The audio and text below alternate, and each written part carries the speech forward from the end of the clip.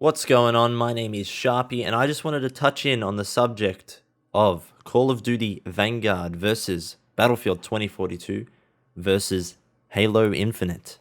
Now, I am definitely a Halo fanboy, and first off, I think Halo Infinite has a good chance of taking the cake today. Not that there's any cake to be taken. I'm just saying that people are saying this is Halo's year. I think it is, and that really excites me because as a massive Halo fan, it's always like the last two games they've paled in comparison to the Call of Duties, the Battlefields.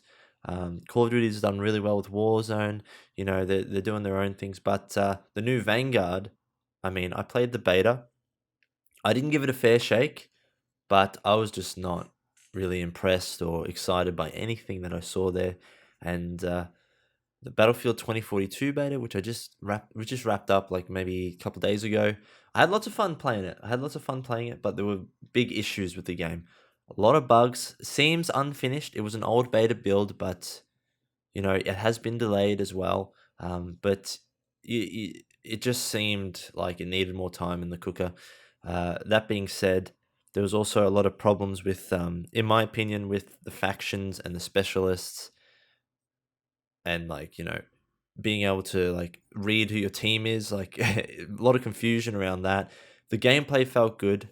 The maps were amazing.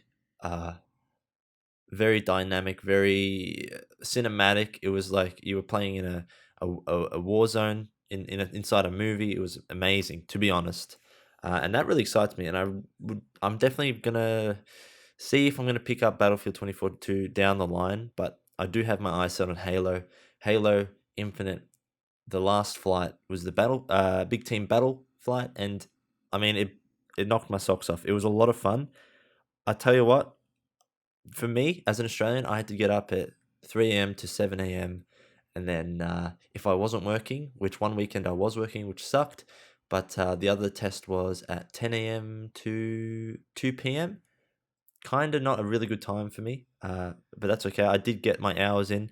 I played the first weekend 4v4, and I got absolutely stomped for a couple games, and I wasn't having too much fun because it's hard to have fun when you're losing. And it was early in the morning. I was a little cranky, perhaps, but I did enjoy the sandbox, opening up the sandbox, the grapple, some vehicles. I mean, the new map Behemoth was beautiful. But then the next weekend came, and I mean, that's when we got our big team battle. New map fragmentation looks absolutely beautiful. Feels like Halo. You're on the Halo Zeta ring. I mean, the feel of the map is amazing. The flow of the map is quite good. Vehicles that we got to play with. I mean, we got the Scorpion, the Banshee, and the Wasp. But I mean, fair enough. We didn't get a lot of playtime with them.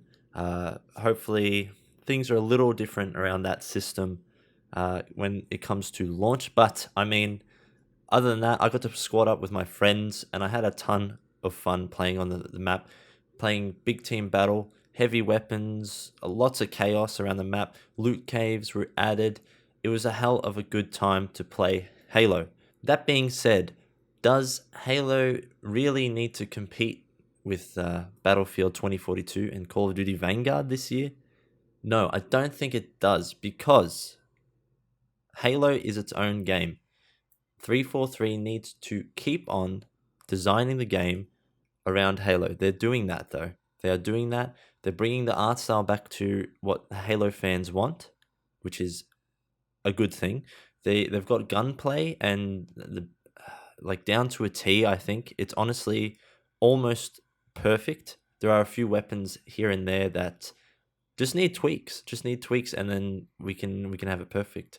They seem to know what Halo fans want finally, and they are bringing it this time with Halo Infinite, and it is very exciting. So they don't need to compete or chase trends or try to rival, Battlefield 2042 or Call of Duty Vanguard in their own sense. They bring their own flair and personality to the FPS genre, and Halo Infinite is going to bring its own. And I'm so excited for that. To think that Halo Infinite could be on the top of the FPS scene, even if it's for a little while. Hopefully they capitalize. Hopefully they keep making good decisions. Speaking of decisions, the bad decision to delay Forge and co-op will hurt the game, but hopefully they overcome this with the rest of the content in the game.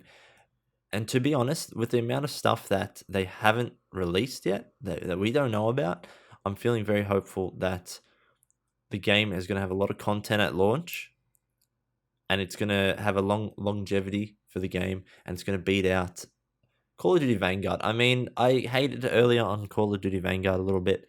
I didn't give it a fair shake, as I said, but it has some potential there, of course. I just want to want to reinstate that I didn't play for long, but I wasn't feeling it. I mean, I'm kind of tired of Call of Duty. I really enjoyed Modern Warfare. Then you had what is it, Cold War. That seemed like a step backwards, and then Vanguard going back to World War Two. I'm tired of World War Two at this point.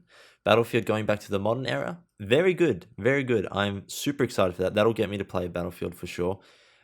As long as they, iron out their bugs. Hopefully, bring back a different character system, and then it would be a really, really, really good game.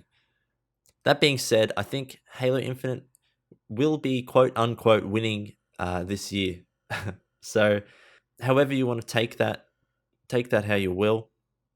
But if you have made it this far into the video, thank you very much. I appreciate you a lot. Go ahead and drop a like if you liked it. Subscribe for more. And thank you so much for watching. I'll talk to you next time.